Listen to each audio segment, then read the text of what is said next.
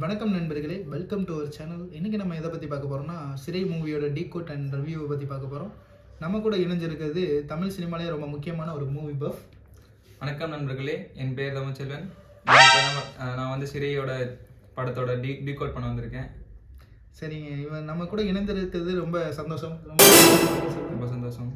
இப்போ வந்து சிறை மூவி எடுத்துக்கிட்டிங்கன்னா அதோட கோர் கான்செப்ட் என்னென்னா, ஒரு பொண்ணு அவங்க அப்பாவை கொன்னதுக்காண்டி ஒரு பையனை இவ்வளோ நேசிக்குமா, அதான் அந்த கதையோட கோர் கான்செப்டே. நம்மளே கண்டு வியக்கிற அளவுக்கு டைரக்டர் பண்ணி.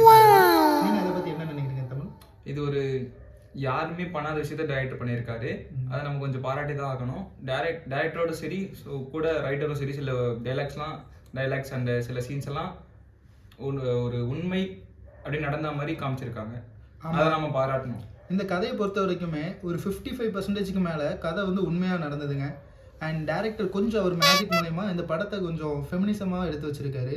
ஸோ அதனால நிறைய பெண்களுக்கு வந்து இந்த படம் வந்து போய் சேர்ந்துருக்கு. தமிழ் சினிமாலேயே முஸ்லீம்னாலே ஒரு தீவிரவாதி, அவன் நம்பிக்கை துரோகி அப்படின்னு வந்து காட்டிட்டு இருக்கிறாங்க. இந்த டேரக்டர் வந்து அதுக்கெல்லாம் செருப்படி கொடுத்த மாதிரி இந்த படத்தை எடுத்து வச்சிருக்காரு. இதுக்கப்புறமாட்டு பார்த்து திருந்துவாங்களான்னு நம்ம பார்க்கலாம். இதில் என்ன சொல்கிறதுனா, ஹீரோயினோட ரோல் வந்து பக்காவாக பண்ணியிருக்காங்க.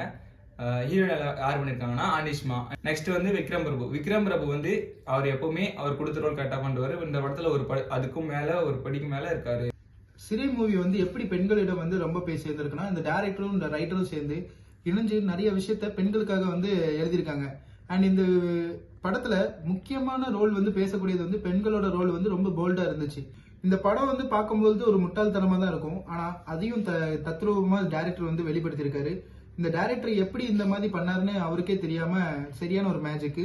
அண்ட் சில விஷயத்த வந்து நம்ம அரசியல் வீதமா கொண்டு வரும்போதுல படத்தெல்லாம் கமர்ஷியலா பண்ணணும் அப்படின்ட்டு ஒரு எக்ஸாம்பிள் இருக்கு. இது முற்றிலும் யார் கொண்டு வந்தாங்கன்னா, தமிழ் சினிமால வெற்றிமாறன் வந்து படங்களும் அப்படிதான் இருக்கும். வெற்றிமாறனோட படங்கள் வந்து ஒரு கோர் கான்செப்ட் இருக்கும், அதை எப்படியாட்டு மக்களுக்கு போய் சேரணும்ட்டு படத்தை கமர்ஷியலா பண்ணி முடிச்சிடுவாரு. ஸோ அதே மாதிரி தான் இந்த டேரக்டரும் ஃபாலோ பண்ணியிருக்காரு. ஏன்னா இவர் வெற்றிமாறனோட கோ டைரக்டர். அவரோட படம் இந்த ரைட்டரும் அவங்க கூட வேலை செஞ்சவங்க தான். ஸோ அவங்க ரெண்டு பேரும் சேர்ந்து ஒரு பெரிய ஒரு மேஜிக் பண்ணியிருக்காங்க. சிறு இன்னும் நீங்க பார்க்காம இருந்தீங்கன்னா கண்டிப்பா தியேட்டர்ல போய் பாருங்க. தியேட்டர்ல இல்லைன்னா OTT-ல பாருங்க.